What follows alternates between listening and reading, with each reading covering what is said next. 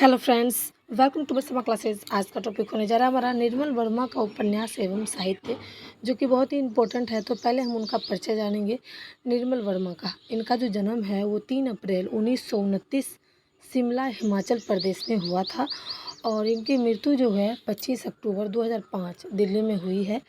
और हिंदी साहित्य के नई कहानी आंदोलन के प्रमुख ध्वजावाहक निर्मल वर्मा की कहानी ही आधुनिकता का बोध लाने में कहानीकारकों को अग्रणी स्थान मिला। यानी कि नई कहानी का जो आंदोलन हुआ था, उन्होंने ही निर्मल जी का जो है वो कहानीकार का पहला स्थान प्राप्त करवाया है। उसके बाद देखेंगे सम्मान और पुरस्कार उनको पहला कब मिला था। 1999 में ज्ञानपीठ पुरस्कार मिला था और 2002 में पद्म भूषण, 1995 में मूर्ति देवी पुरस्कार और 1984 में साहित्य अकादमी पुरस्कार, जो कि सबसे बड़ा पुरस्कार माना जाता है।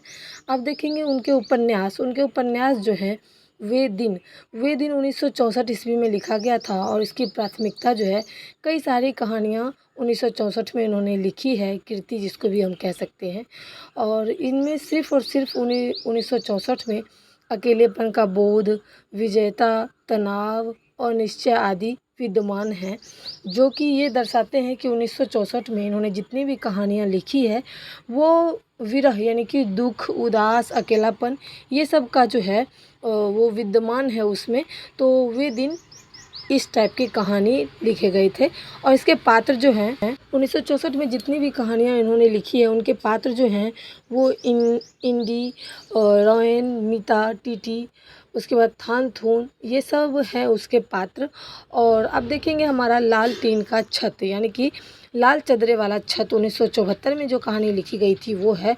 इसमें काया नामक की एक लड़की है जो कि किशोरावस्था यानी कि बचपन से लेकर किशोरावस्था के बीच का जो उसका मनोस्थिति था, उसका रहस्य था, रोमांच था, भय था, भोलापन, अकेलापन, इसका चित्रांकन उन्होंने किया है।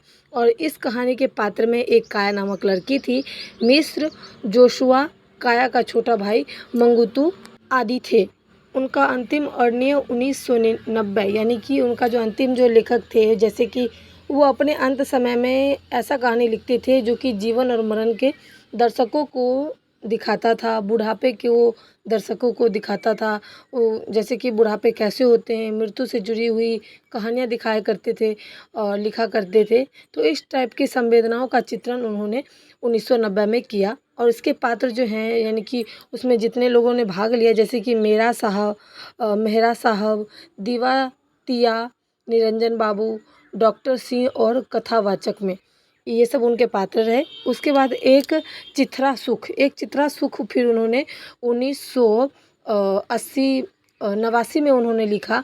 जैसे कि हम देख सकते हैं विभिन्न पात्रों ने अपने अधूरी जीवन में सुख और अपनी पहचान की तलाश में भटक रहे हैं, इसलिए उनका सुख चित्रा सुख के नाम से जाना जाता है। जैसे कि हम आपको बताएंगे कि कई लोग के जीवन अधूरी होती है, उनके सुख और दुख की पहचान हो गई, या फिर वो सुखी रहते थे, बीच में कोई ऐसी घटना घट गई जिसके कारण उनका सुख चित्रा हो गया। यानी कि चित्रा मतलब एक फटना होता है, यानी कि दुखों का पहाड़ टूटना भी हम मान सकते हैं। इसके पात्र जो हैं वो बिट्टू, ईरा, मुन्नू, नीति भाई डेहरी थे। उसके बाद आता है रात का रिपोर्ट, जो कि 1989 ईस्वी यानी कि आपातकाल में भारत की व्यापकता, आतंक, भय, अविश्वास, रहस्य, मानसिक यातनाओं का जो भी यहाँ पर चित्रण हुआ है, यानी कि पहले कैसे थे, पुनर्स्थापना के प्रयासों का कथन। तो उन्होंने रात का रिपोर्ट बनाया उसको, यानी कि आपातकाल, उसमें तुरंत में रातों रात क्या हुआ उसके बारे में उन्होंने लिखा, उसका रहस्य बताया, मानसिक तौर पर भी, यथावत तौर पर भी। उसके बाद आतंक, भय, यानी कि लोगों को डर लगता था या नहीं, लोग आक्रमण करते थे, ये सब के बारे में उन्होंने लिखा। दूसरे शब्दों में एक पत्रिका की रिपोर्टर रीसी के बहाने पूर्व प्रधानमंत्री श्रीमती इंदिरा गांधी द्वारा लगाए गए आपातकाल के कारण पूरे समाज में व्यापक संत्रास और यातनाओं का कथाकन किया गया था। और इसके पात्र जो थे वो थे ऋषि, दयाल साहब, उमा, बिंदु और अनुपम भाई। तो ये रही हमारी निर्मल वर्मा जी के उपन्यास साहित्य, इनके जन्म और मृत्यु तक की कहानी। उम्मीद करती हूँ कि मैंने कठिन टॉपिक को समझाने का पूरा प्रयास किया है। वीडियो पसंद आए तो please like share support. Thanks for watching my video.